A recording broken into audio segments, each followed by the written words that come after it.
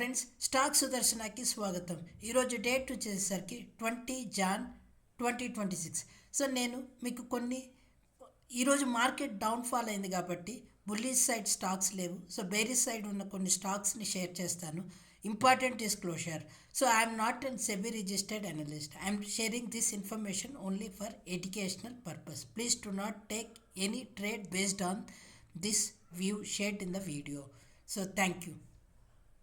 మన first stock వచ్చేసరికి నిన్న మనము బుల్లిష్ బ్రేక్అవుట్లో చూసిన స్టాక్స్ వచ్చేసి టొరెంట్ ఫార్మా, ఫెడరల్ బ్యాంక్, మళ్ళీ వచ్చేసి Tech Mahindra, JB chemical and pharma చూసాము.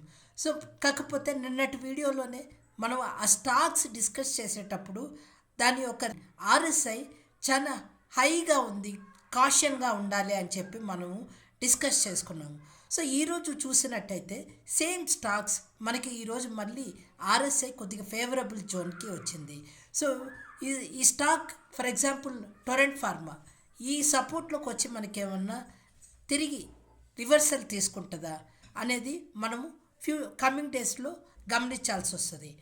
So same for federal bank. Federal bank కూడా ఈ సపోర్ట్లోకి వచ్చింది అంటే మనకి ఆర్ఎస్ఐ 55 అట్లా వెళ్తుంది. ఆర్ఎస్ఐ 55 అట్లా వచ్చినప్పుడు మళ్ళీ తిరిగి మనకి వాల్యూ బై అవుతుంది. ఈరోజు నిఫ్టీ 300+ పాయింట్స్ కరెక్ట్ అయినా కూడా బ్యాంక్ నిఫ్టీ 400 పాయింట్స్ కరెక్ట్ అయింది. సో మేబీ మనకి బ్యాంకింగ్ సెక్టార్లో కొద్దిగా నడుస్తుంది కాబట్టి తిరిగి మార్కెట్ మళ్ళీ అప్వర్డ్ డైరెక్షన్ తిరిగినప్పుడు ఈ ఫెడరల్ బ్యాంక్ ఏమన్నా మళ్ళీ దాని ప్రీవియస్ 52 వీక్ హైని బ్రేక్ చేసుకొని వెళ్తుంది అనేది మనం చూడాల్సి వస్తుంది. సో నిన్నంటే మనకి ఆర్ఎస్ఐ హైగా ఉన్నింది. ఈరోజు ఆర్ఎస్ఐ 60, మేబీ కమింగ్ డేస్లో కొద్దిగా ఫాల్ వచ్చింది అంటే ఆర్ఎస్ఐ 50 లెవెల్కి 55 లెవెల్కి వచ్చినప్పుడు మనకి ఒక వాల్యూ జోన్ క్రియేట్ అయ్యి మళ్ళీ మార్కెట్ రివర్స్ అయినప్పుడు దాని పైకి వెళ్తుందా అనేది మనం గమనించాల్సి ఉంటుంది. సో మనం ఇంకొక ఐటీ స్టాక్ డిస్కస్ చేసింది ఎల్టీఐఎం. సో ఆ స్టాక్ బికాస్ ఆఫ్ రిజల్ట్స్ ఈరోజు యాక్షన్ తీసుకునింది. రిజల్ట్స్ ఒక యాక్షన్ వల్ల ఈరోజు హ్యూజ్ బేరిష్ క్యాండిల్ ఫామ్ అయింది. బట్ మనకి ఈరోజు ఒక డిప్ చూసినట్టయితే 5900 దగ్గర ఒక సపోర్ట్ ఉంది. మేబీ దీన్ని మనం ఆర్ఎస్ఐ ఇప్పుడు సెల్లింగ్ జోన్లోకి వెళ్ళింది. సో మేబీ తిరిగి ఆర్ఎస్ఐ 50 అబోవ్కి వచ్చి ఈ సపోర్ట్ తీసుకొని మళ్ళీ ఆర్ఎస్ఐ అబోవ్ 50కి మూవ్ అయినప్పుడు మనకి ఈ స్టాక్ బయింగ్ సైడ్ వస్తుందా అనేది గమనించాల్సి. But today results action RSI కూడా సెల్లింగ్ జోన్లోకి వెళ్ళింది. So in case market reversal అయినప్పుడు మేబీ ఈరోజు మనకి లోలో చూపిస్తుంది 5900 దగ్గర మేబీ ఈ సపోర్ట్ని బ్రేక్ చేయకుండా స్టాక్ ఏమైనా రివర్స్ అవుతుందా అనేది మనం కమింగ్ డేస్లో మానిటర్ చేయాల్సి ఉంటుంది. సో ఫ్రెండ్స్, ఈరోజు మార్కెట్ హ్యూజ్ ఫాల్ అవ్వడం వల్ల మనకి బుల్లిష్ సైడ్ హిందుస్థాన్ జింక్ ఒక స్టాకే కనిపిస్తూ ఉంది. బట్ ఆన్ ద బేరిష్ సైడే ఎక్కువ స్టాక్స్ ఉన్నాయి. కాకపోతే నేను ఈరోజు మనకి కొన్ని స్టాక్స్ మంచి సపోర్ట్ లెవెల్కి వచ్చింది, నేను ఫర్దర్గా షేర్ చేస్తాను. ఎన్బిఎఫ్సిలో మంచి stock Poonawalla Fincorp. Poonawalla Fincorp ఈరోజు మనకి 442 దాని యొక్క సపోర్ట్ ఉంది. ఆ సపోర్ట్ తీసుకొని మళ్ళీ కొంచెం పుల్ బ్యాక్ అవడానికి ట్రై చేసింది. సో ఇది కూడా మనము వాచ్ లిస్ట్లో యాడ్ చేసుకోవచ్చు. నెక్స్ట్ స్టాక్ సిడిఎస్ఎల్ కూడా మనకి 1300 దగ్గర దాని యొక్క సపోర్ట్ లెవెల్కి వచ్చింది. 1304 ఆల్మోస్ట్ ఇది లాస్ట్ ఇయర్ మేలో వచ్చిన ప్రైస్కి ఈరోజు ఈ స్టాక్ వచ్చి సో ఇది క్లోజ్ అయ్యింది. ఇది కూడా మనము ఒకసారి వాచ్ లిస్ట్లో పెట్టుకోవచ్చు. So capital market stocks like HDFC, AMC, ICICI, AMC ఆ రిజల్ట్స్ బాగా ఇచ్చాయి. ఇన్ కేస్ మళ్ళీ మనకి బుల్ మార్కెట్ స్టార్ట్ అయినప్పుడు ఈ సిడిఎస్ఎల్కి కూడా అడ్వాంటేజ్ అవుతుంది కాబట్టి దీన్ని కూడా మనం వాచ్ లిస్ట్లో యాడ్ చేసుకోవచ్చు. డిఫెన్స్ థీమ్ చూసే వాళ్ళకి జిఆర్ఎస్సి కూడా మనకి ఆల్మోస్ట్ 3500 దగ్గర హై నుంచి కరెక్ట్ అయ్యి దాని యొక్క సపోర్ట్ లెవెల్ 2200 అన్న ఆ సపోర్ట్ లెవెల్కి వచ్చేటట్లుగా కనిపిస్తూ ఉంది. సో మనం లిస్ట్లో యాడ్ చేసుకోవచ్చు. నెక్స్ట్ స్టాక్ యాంబర్ ఎంటర్ప్రైజెస్ 8500 నుంచి కరెక్ట్ అయ్యి మనకి దాని యొక్క సపోర్ట్ లెవెల్కి ఈరోజు వచ్చి క్లోజ్ అయ్యింది. సో ఆల్మోస్ట్ ఇది లాస్ట్ ఇయర్ ఏప్రిల్ ట్రేడ్ అవుతున్న ప్రైస్కి ఈరోజు వచ్చి క్లోజ్ అయ్యింది. దీన్ని కూడా మనం గమనించగలము. Mazagon dock. So Mazagon dock కనుక గమనించినట్టయితే మనకి 3700 నుంచి కరెక్ట్ అయ్యి దాని యొక్క సపోర్ట్ లెవెల్ 2300 దగ్గరికి వచ్చింది. బట్ ఈ క్యాండిల్ కనుక గమనించినట్టయితే మనకి లాంగ్ బేరిష్ క్యాండిల్ లాగా కనిపిస్తుంది. మేబీ ఇది నెక్స్ట్ ఫర్దర్ ఇంకొక 100 పాయింట్స్ డౌన్ అవుతుందా అనేది మనం గమనించవలసి ఉంటుంది. నెక్స్ట్ హ్యావెల్స్ కూడా మనకి రిజల్ట్స్ ఆల్రెడీ అవుట్ అయినాయి. So year on year and quarter. So because of results reaction ఈ స్టాక్ మనకి ఈరోజు బ్రేక్అవుట్ అయినట్టు కనిపిస్తుంది. బట్ రిజల్ట్స్ మనకి ముందే వచ్చేసాయి.